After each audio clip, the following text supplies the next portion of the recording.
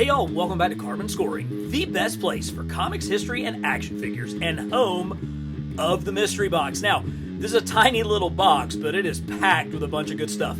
I have got some big plans for a Spider-Man video coming up, but it's not ready for prime time yet. And so I thought, well, if I've got big plans for Spidey, why don't in the meantime we do some little Spidey? So this thing is just jam up with MiniMates, one of my favorite lines, and it's a line that's actually been around for over 20 years. So if you're not familiar with MiniMates, let's grab Spidey here and take a look. They're roughly the size of a Lego minifigure, a little bit bigger, and they've got great articulation. Look, there's so much range of motion at the hips and at the shoulders. They've got nice bend at the elbows. You can swivel their wrists and their feet. You've got a waist cut, and you've got this head, and they all have these kind of flat-topped cylindrical heads, which you would think would be really limiting, but it is amazing what they're able to do with the printing on these. So here's just a good old classic Spider-Man, great spider on the back, great kind of modern-looking eyes, and we'll see how, because there's a ton of Spideys in here, we'll see how they're able to vary this up and give us so many different versions of the main character. But what a great place to start with a classic Spidey Minimate. Let's see who's next. Let's grab a bad guy. So here is the Vulture. Again, a bald character, so that flat bald head works really well. You can see they've got a nice kind of apparatus here to have his Vulture wings, and they've got all of that, ditko detail. Even the sort of the Vulture's kind of ruffled neck feathers that just is an overlay that pops right in on there. And again, even with just these small figures, you can get some really great poses out of these things. I mean, you can see that even just this limited articulation gives you, a great shot of these things. Let's see. Here's another Spidey. Here is... So at first glance, you might think, oh, it's like an Amazing Fantasy Spider-Man because he's black. It's not. This is actually the first costume for Superior Spider-Man. And the way that you could tell is that kind of shadow line inside the eyelet pieces. He has the octopusy kind of looking Superior Spider-Man logo on there, but it's those eyelet pieces. So this is what Doc Ock wore when he first took over Peter's brain in the comics and became the Superior Spider-Man. So a figure that we really do need an update of, or actually really just kind of need one at all in Marvel Legends, this version of Superior Spider-Man. But hey, here we've got it as a Minimate. All right. Oh, here's Carnage. Again, same form factor, but by adding a little bit of extra hands and a little bit of extra kind of spiky symbiote tendrils, you get all of that, action on this guy. Really nice red and black paint job. Really clearly comes through on that head sculpt with the open mouth, with that pink kind of open jaw and all of the symbiote action there. All right, well, there's so many. Oh, this is one of my absolute favorites. So most of these, I have to give Marvel Legends some credit because as big a collection as down there, Marvel Legends has basically made, at this point, virtually every single one of these figures. But they still haven't made this. The Spider Slayer. J. Jonah Jameson in the Spider Slayer. You can see there's JJ's head. He's actually got like the mechanisms around his head. This is from issue 25 of Amazing Spider-Man. It was the first time that Spidey faced off against a Spider Slayer that was being controlled robotically by J. Jonah Jameson. So cool. I actually think this might have been a Build-A-Figure. Like you had to buy all the different 2-packs. Minimates typically come in 2-packs, so you get, 2 figures, but this one I think came with extra pieces that allowed you to put together the Spider Slayer in that set. Let's grab this guy. Oh, and I think I see another one. Yeah, so we got duplicates in here. This Vulture is from the Ultimate Universe. So he has that mask and a slightly different head underneath. So Spider-Man Ultimate was a comic series that kind of redid Spidey's story with a new, fresh perspective starting in the early 2000s. It may have been actually 2000 or 2001 by Brian Michael Bendis as the writer and Mark Bagley as the artist. And they kind of re-envisioned a lot of Spidey's bad guys for a new century. So I think we'll see some more of those in here, but here's our first one with Vulture.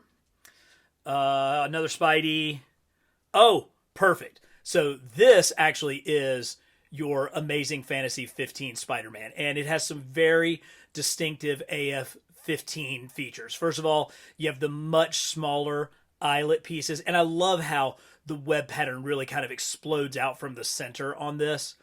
If we can get him in focus, you can see the spider logo on his chest has kind of the head and then the abdomen with the arms coming off just exactly like Steve Ditko drew him. Obviously, he's black. It's a black costume with the blue highlights. When we got to Amazing Spider-Man title, things had turned more blue.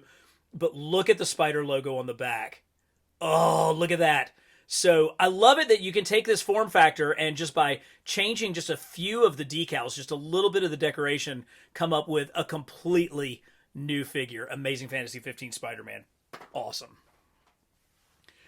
Shocker! So good. Got the quilted look. You can see his eyes peeking through. Some of them, they have... So he has a mask. Sometimes they get really stuck. Sometimes they have heads printed underneath, but his gauntlets come off. So you can... Sometimes you lose pieces because of that too. But again, really great John Romita Sr. design with the brown and yellow quilted look. Shocker. So good. Let's go back to another Ditko villain with Craven the Hunter. Now, we've gotten a few different versions of Craven in here. We got a specific set from Craven's Last Hunt that we'll see the great J.M. DeMatteis and Mike Zeck storyline where Craven buried Peter Parker alive and then took his place. Look at all of the detail of the lion's mane on his chest piece here. Of course, he came with a little knife, got his leopard print. So fashionable. Such a cool Craven. Here's one that I really like. So if you watched my video where I set up my Spider-Man villains display, you'll know that we just never have really gotten kind of the classic Ditko Scorpion with this color green with the full face mask where you could see his mouth, but it was green over his mouth. They managed to do it in MiniMates, and this tail works really well. It's actually on a little bit of a ball joint, so it's not just back and forth. There it is. Pops right in, pops right out. So really, really nice Scorpion figure. Very cool. Scorpion, a villain who was funded and designed by J. Jonah Jameson to be stronger and faster than Spider-Man. Definitely one of Spidey's most difficult foes that he's had to battle.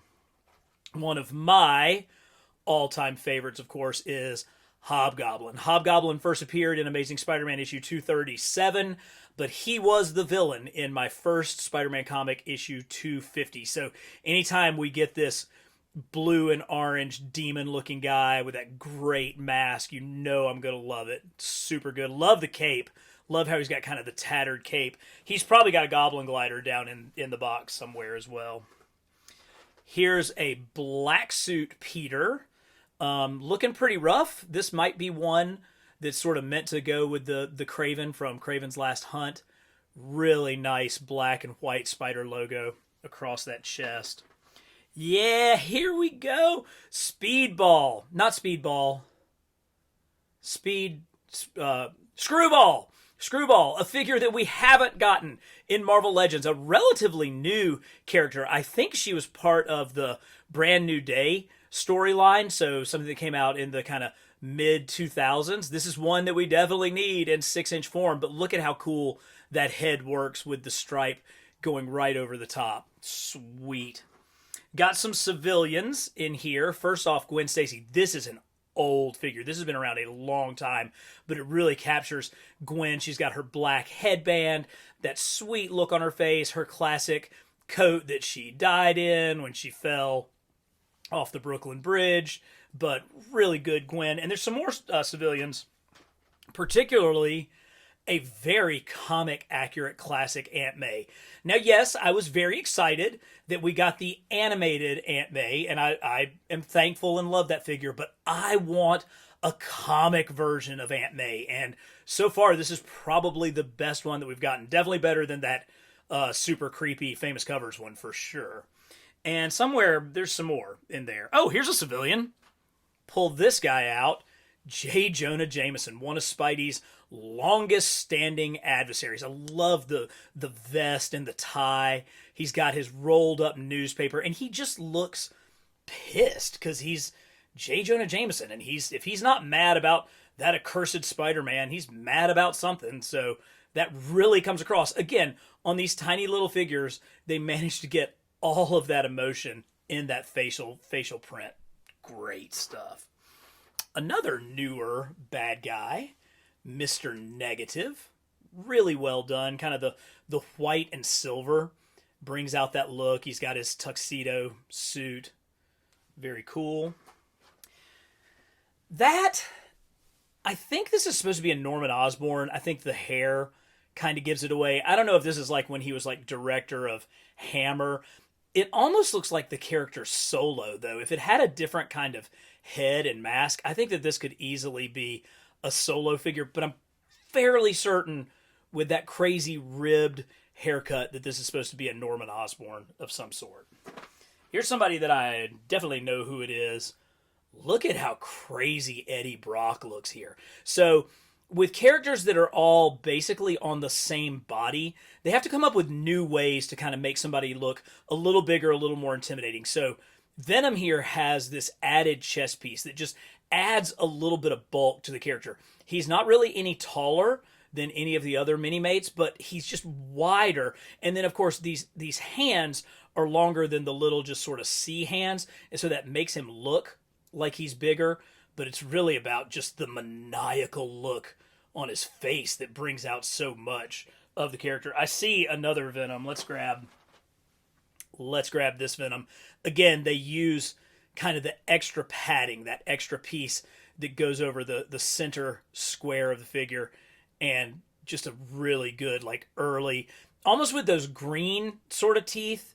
That kind of looks like sort of Eric Larson. So Todd McFarlane obviously originated the look of Venom, but then Eric Larson came on to the title right after that, and he added like a much more kind of sinister look to the teeth, and he's the one that really created the tongue, the out-flicking tongue for Venom. So it is sort of the combination of two of the 90s artistic masters, Todd McFarlane and Eric Larson, that brought the character fully to life. Here's a spy. Oh, here's Ben Reilly. And I'm missing Ben's hand. He does have his web shooters. Remember, Ben Reilly had his web shooters kind of outside of his costume, so MiniMates gets the detail of that right. I love that they have, I used to have these guys in a display. That's why he's still got a little bit of rubber on there. They get the boots right, that he only had the web pattern on the outside. And there's that gorgeous design for his costume. Ben Reilly, the man who has been done so wrong in Spidey comics, but done so right in the design standpoint. Love that character. Absolutely love it. Here's a different Vulture. This one pretty much the same, just has darker green wings that kind of match the rest of his costume. I think he's backwards. I think that's his back. No? Well, maybe. I don't know. Got a little hood. Kind of cool. Okay, different version. Same character, different version. Speaking of another version, here is a different Carnage with even more of the symbiotic kind of tendrils coming off. And he actually has a couple of different appendages added, sort of that classic axe look. And this is, I guess, sort of like a stabby sort of thing. Definitely brings the evil for sure. Look at how good the print is on the top of his square head. Oh, one of my favorites. I love the kind of half symbiote, half red suit look. And this one, even Spidey's kind of beat up. He's like obviously been in battle. He's got some battle damage as the symbiote suit wraps around him. So cool. Look at the way it's flowing up over his head. So nice. Love it. Silver Sable with a gun. Nice. So she's got her headset on so that she can talk to the wild pack that she leads. She's a mercenary Silver Sable, love the white hair. Came out of the Tom DeFalco, Ron Friends era on the book in the mid 80s. Very cool. Another character who was super popular at that time, Black Cat. So this is kind of a more modern version of Black Cat with the kind of bangs and a different sort of mask. And I see here is sort of the classic 80s Black Cat. So this one doesn't have the fur on the arms, just a little bit down there. Again, these figures are all on the same body, yet they somehow manage to make them look three-dimensional. Same thing here. They get the three-dimensionality of it, but this is the long flowing, like late 70s, early 80s Farrah Fawcett hair. Nice. Cool that we got two different versions of Black Cat. Hydro Man. I'm sure he has an attachment somewhere so he could have another like Hydro arm. He's also got that really crazy spit curl going on. He appeared in the McFarlane era of the book, and Todd kind of drew him that way. So nice touch for a relatively bland head sculpt to give it a little bit of personality so that it actually is Hydro Man with that. Also, he probably came with regular legs, but I really love this translucent plastic, bottom that goes on there. Nice, great display piece. The earliest of... Ooh, that's a good one. The earliest of the Green Goblin characters. So, like I said, these figures have been made for over 20 years. They started out by Art Asylum, the design studio, and then I think Diamond Select kind of bought them out and have continued them over the years. They've always been available through comic stores, but then they also have been at like Walgreens exclusives. There have been Toys R Us exclusives. It's really hard to keep up with all of the different figures that have been released in this line, but this is one of the earliest ones and is a very classic kind of John Romita Sr. looking Green Goblin. I bet we got another Goblin in here somewhere because we have another Hobgoblin. I don't like this one as much. I like the other one better. I like the head sculpt on the other one better. The other one was more focused on the eyes. Here it is. Much more focused on those red eyes, whereas this one's much more focused on the grimacing mouth. This one, I feel like with the blue and those big red eyes, looks more like John Romita Jr., the era where I was introduced to Hobgoblin, whereas this one is probably an older one just because you can see less of the detail on the chest piece. Here is Agent Venom. I think this is Flash Thompson as Agent Venom, I think. I'm sure somebody will tell me in the comments if I'm wrong. Who's next? Ah, yes! Another civilian. Another old figure. I mean, this thing could easily be 20 years old, this version of Mary Jane Watson. But again, she's got that unique hair that absolutely captures her first appearance when she shows up at Aunt May's door for basically a blind date with Peter Parker, and it says, "Face it, Tiger, you've hit the jackpot." And they've utilized that throughout her entire comic history. But the green eyes, the red hair, immediately that's Mary Jane Watson. Here's a Spidey. There's going to be a lot of Spideys. This looks like kind of... I would argue that looks like a pretty Todd McFarlane Spidey, and I would say so because of kind of the way that the musculature is drawn on his abdomen. Pretty McFarlane looking on the back. Definitely kind of the big eyes. We're going to call... he's got the musculature on the leg. We're going to call this a McFarlane Spider-Man. Cool. Very cool. Ah, Tarantula. I kind of love Tarantula. So there's a lot of controversy recently with the Tarantula Marvel Legends figure because he had a brighter blue, but definitely a blue bandana mask. But here's the Minimate that came out a long time ago. That mask is blue as well. That bandana is most definitely a blue one. So I think it's probably pretty comic accurate. Let's see if he's got... Yep. Oh, wow. Look at that face with like the mustache, the little pencil thin mustache going on. Super cool. Again, holy crap, so much detail in such a small package. Really good. Oh, here it is. Okay, I mentioned that during Craven's last hunt, Spider-Man was wearing the black suit and he was buried alive. And so this is the Spider-Man coming out from the grave, from being buried alive by Craven. He still has the dirt of the grave on top of him. Here it is. Yep. Here lies Spider-Man slain by the Hunter. So this set came with the Craven, And this is the buried alive Spider-Man from Craven's Last Hunt. So freaking cool. That's awesome. Okay, yeah, let's go ahead and pull this one. This happened when I was probably 15. This is the Jean DeWolf character. So Jean DeWolf was a police sergeant, maybe? She was a police detective. You can see she's holding her badge. So she's showing you her badge and her ID. She has her trademark beret. And she was a real ally of Spider-Man at a time when most of the authorities were listening to J. Jonah Jameson and the things that were being said in the Daily Bugle. Jean DeWolf really kind of trusted and had kind of a respect and almost a friendship with Spider-Man, which was devastatingly ended when she was killed, murdered, slaughtered by the Sin Eater. So there is a Sin Eater figure in here somewhere. We gotta find it because it goes with that figure so well. Y'all can probably see it on the... There it is. Oh, and there, that's what I wanted. Okay. Hard time believing we're going to get this in Marvel Legends, if only because of the name and the backstory. But this is the Sin Eater character.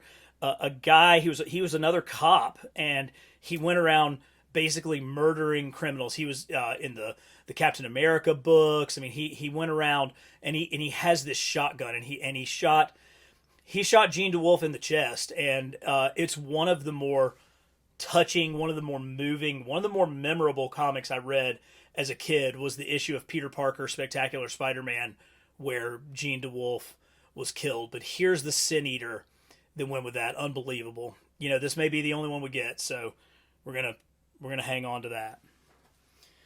Okay, after that super buzzkill, let's do something fun. Yeah, Mayday Parker, the Spectacular Spider-Girl. I love it. She's got her kind of version of Ben Reilly's costume. Again, got the webs on the outside, got the web shooters on the outside. I love they got the hair right with the bangs kind of coming down in front. This is another character that is highly, highly linked to two of my favorite Spidey creators, Ron Frenz and Tom DeFalco.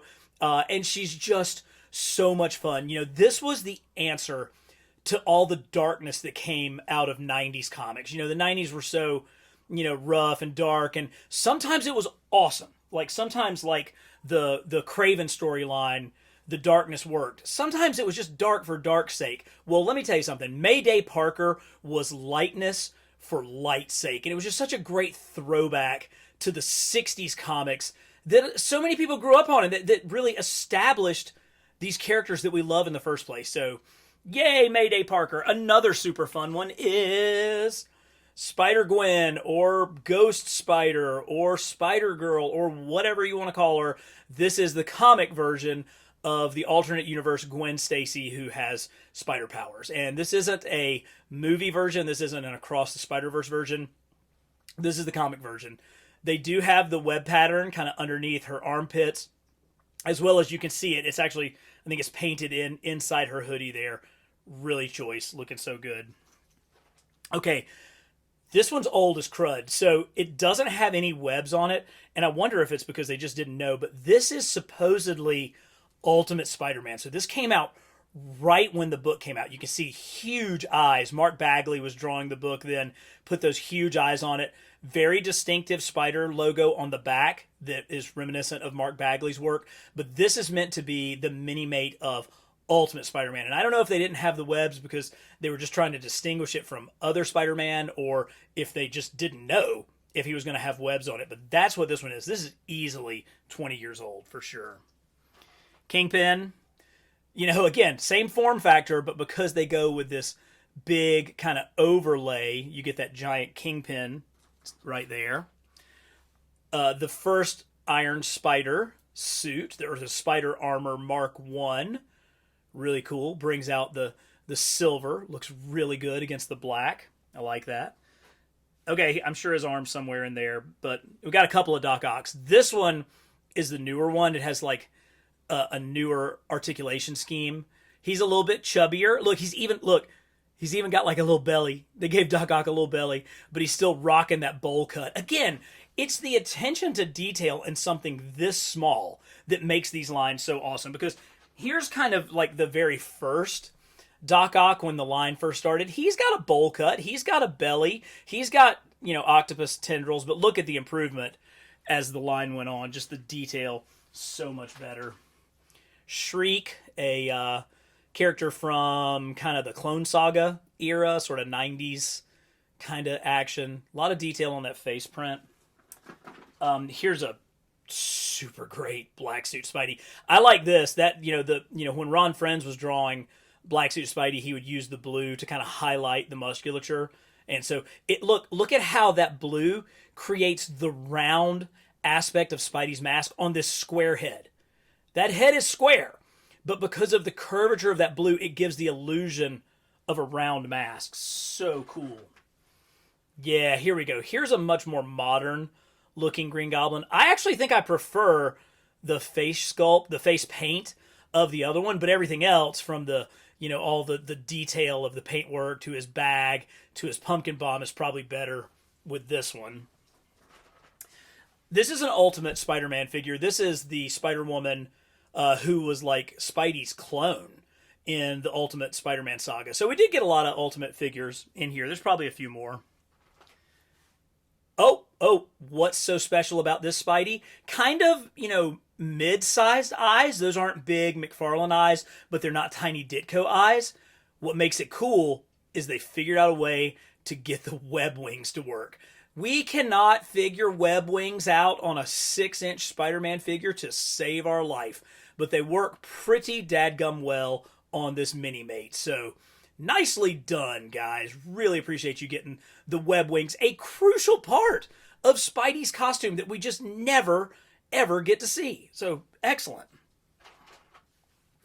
Exit light. Enter Sandman. Here he comes.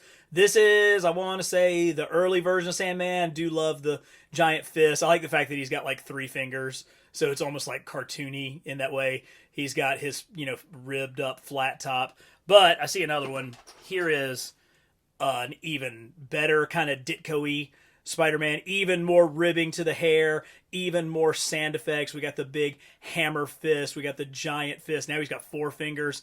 Moving on up in the world. And we are not done.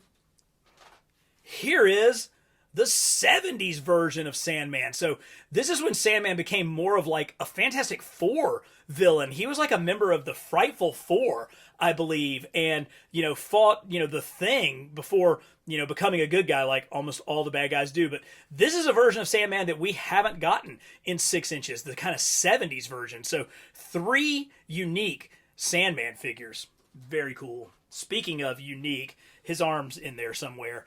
Here is the 6-armed Spider-Man. And I like how they did this. It's just a simple, it comes up from around the side, but it does allow for 6 fully articulated arms. There's another one somewhere in the box. 6-armed Spidey. Another Agent Venom. Here's the Ultimate Universe Scorpion. Just slightly different from what we saw from the Ditko Scorpion. Very kind of oversized 2000s version. Craven. Now this is a much more classic Craven. So I do think that other one was the Craven's Last Hunt, and this is the more kind of Sinister 60s version of Craven. Ooh, I always have a crush on Spider-Woman. This version of Spider-Woman. Just something about, oh cool. I like that ponytail. Nice. Very choice. Here are a couple of different versions of Spider-Man 2099. Here's the earliest one. You can see it's almost like hard to see the detail, whereas this one is pretty much brand new. This one just came out. Love the web cape on the back and the way that the red really pops off against the metallic blue, whereas the first one's much more flat. This is a way more comic accurate figure. Very choice. Prowler, one of my favorite kind of underutilized villains. Of course, I say underutilized, he's like the main character in Beyond the Spider-Verse, so I'm talking about the comics. We could see more Prowler in the comics. Here's a civilian Pete with his costume underneath. You can see he's got the shredded clothes. Nice details there. I don't remember which symbiote this is. Y'all will have to tell me in the comments. We got some Miles Morales action figures, of course. So here's a couple of Very slightly different ones. I think this is the newest one. I don't know what. Yeah, it's just basically the newest version of Miles. You know, you can see the improvement. You can see how much brighter the printing is on the newer one compared to the older one. Really cool. Very, very cool. Big time Spider-Man. Big time, as Shardos Prime would say, big time letdown Spider-Man. Again, two different versions. I'm sure this is the earlier one, and here is the newer one. Cool feature here, he's just got this attachment so that it looks like he's up in the air. Ooh, I'm going to steal that. I'm going to use that for some of the other figures. Plus, it's got a peg hole so it could peg into the bases that come with these. That's a nice touch. They need to do more of that. That's really cool. All right, let's grab some Spideys and look at some Spideys. This is I think that's not battle damage. That's life damage, but really nice Spidey. The cool thing about this one is he's got the removable head with a quite distraught Peter Parker underneath. Put your mask back on. Here's another one with the removable. There's a happy Peter, or yeah, he's happy. He's smiling. I kind of like. It softens the mask. It softens the squareness of the head a little bit. So here's like an animated one with a very square head. Look at how it just sort of subtly, it does make the head look larger, but who cares? But it does sort of soften it a little bit. It gives it more of a mask sort of look.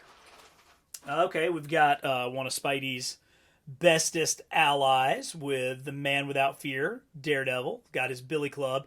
Probably had there's actually two in there. That one's got the string on it. Nice. Another, this is meant to be like an animated Spider-Man. I think this is from the Spider-Man Unlimited cartoon. There were some figures in there from that. And we used that same technology for the 6 arms to create this spider side figure. I love kind of the insect looking eyeballs there. Still got a few in here. Let's see if we can kind of get through these. Oh, this is cool. Okay, first of all, kind of an original Mysterio where he was all green compared to sort of a more modern Mysterio where he has more of the gold gauntlets. I like them both. I like kind of the translucent head there, whereas the silver head is, I don't know. I would put, if I could put this head on this figure, I might do it. And hey, the great thing is these completely come apart and you can do that. So it's actually no big deal. Demogoblin, pretty decent. You know, basically just take the Hobgoblin figure and repaint it. Now, this is cool. So here is one of our earliest lizard figures. Pretty cool. I mean, definitely kind of has that lizard look. He's got his lab coat. It's tattered. His tail comes out. But then we got a version of Curt Connors kind of mid-transformation. Remember, the whole reason why Curt Connors became the lizard, he was trying to regrow his missing arm. So this is one where I'm not missing the piece. It's not supposed to be there. But you can see he's got the big lizard feet and the lizard hand, but he still has Curt Connors' head, unless you want to switch it to this very Todd McFarlane looking lizard head. So you can actually switch them out. Again, the portability, the configurability of these figures coming through. Let's grab these guys. Oh, House of M Spider-Man with the distinctive House of M pattern. Very nice. Chameleon. Pretty basic. I don't know how old that is. That's a pretty basic figure. Here's kind of an in-between Spidey 2099, in between the first one and then the second one. And it's just kind of an in-between figure. I don't know how great it is. But, buddy, I do love this. Look at how good this Scarlet Spider is. These come down. They're supposed to be down at his ankles. Big web shooters, big belt. Got his hoodie with the sleeves cut off. Got that 90s kind of black sort of shadow look there. Perfect spider logo on the chest. Really great. I think there's a second one. Yeah, here it is. So here is what our first attempt. And this is, I love this. This is one of the things I love about having all these figures is looking at the evolution. Even though there's very little changed, look at what a huge evolution it is between these two figures. So great. All right, let's grab some more. That's something from a cartoon. No idea. That's another symbiote that I don't know who it is. I know who this guy is. Check out Electro. Let's see what Max's head looks like. Oh, yeah. You knew he was going to be all kinds of ticked underneath there. Really, really sweet mask with that giant starfish electric lightning bolt coming off of it. And then this is the Spidey suit where he fought Electro. This is like his Electro battle suit that's all insulated and whatnot. So kind of cool that those happen to be right next to each other. Oh, good old Iron Spider, except not so good at all because I just cannot stand Iron Spider. But we did get a more accurate, a brighter Iron Spider. You can put his appendages; they just snap right on. And even though I kind of despise this character, I know it's Peter Parker, but I didn't love this era of him kind of working for Iron Man and being beholden to Iron Man, which I get that. I also love, Spider-Man Homecoming where he's working for Iron Man. I'm a complicated guy. You're just going to have to get used to it, but I didn't like this in the comics. Okay, let's grab some Spideys. We got so many. Cyborg Spider-Man, straight out of Eric Larson's run on the Spider-Man title. Miles Morales. That's another animated Spider-Man. And pretty certain that one is too, coming from Spider-Man Unlimited. And then here's this is old, man. This is one of the earliest ones. This came in like one of the very first 2-packs. The Battle Damaged Spider-Man. I don't know why there was such a thing in the early 2000s for Battle Damaged Spider-Man figures, but we got a bunch of them. Okay, you get saved. Okay, here we go. Rhino, a very early one. So this Rhino should have had kind of the bigger chest piece, but this came out early in the line, so he didn't have it. Battle Damaged Spidey. Molten Man, missing from Marvel Legends until very recently. And, I kind of always love a half mask. I love that Pizza Spidey 6-inch figure because you've got the half mask. There's something just so joyful about that. All right, here's some more good ones. Getting down to the very last ones here. Yet another Silver Sable.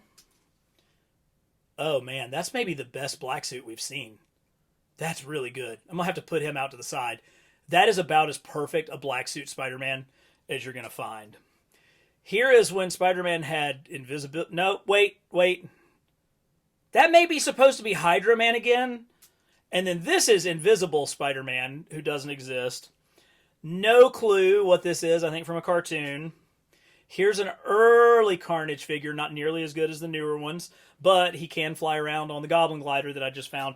And I do love the very brief time where Spider-Man had the Captain Universe powers. And so this is Captain Universe Spider-Man. So much like Ditko Kirby goodness with this crazy star pattern. And the only way that you can tell it's Spidey is he's got just that little bit of the web mask right there on his face. But a very cool nod to a very brief storyline in the comics. But saved maybe the best for last. My main man, Peter Porker, the Spectacular Spider-Ham. Yes, he is not really articulated at all, and I'm not going to chance it because I don't want to break it, but look at how cool this tiny little Peter Porker is. He's got his little pig right there on the back. He's got the nose, nostril, the eyelet pieces on. Love it. Just absolutely love it. So if you guys want to see more MiniMates, they've done so many teams. They've completed so many teams that Marvel Legends haven't done. Let me know in the comments. And if you like this video, give it a like. And as always, for the best in comics history and action figures, subscribe to Carbon Scoring.